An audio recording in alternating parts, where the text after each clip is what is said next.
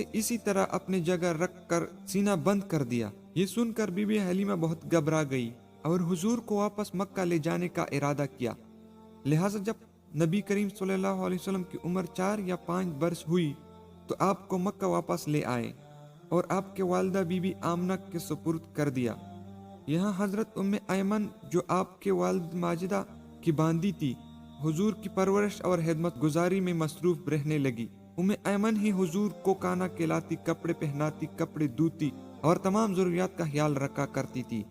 रसूलुल्लाह सल्लल्लाहु अलैहि वसल्लम उम्मे ऐमन की मोहब्बतों और खिदमत को हमेशा याद किया करते थे और फरमाया करते थे कि उम्मे ऐमन माँ के बाद मेरी माँ है।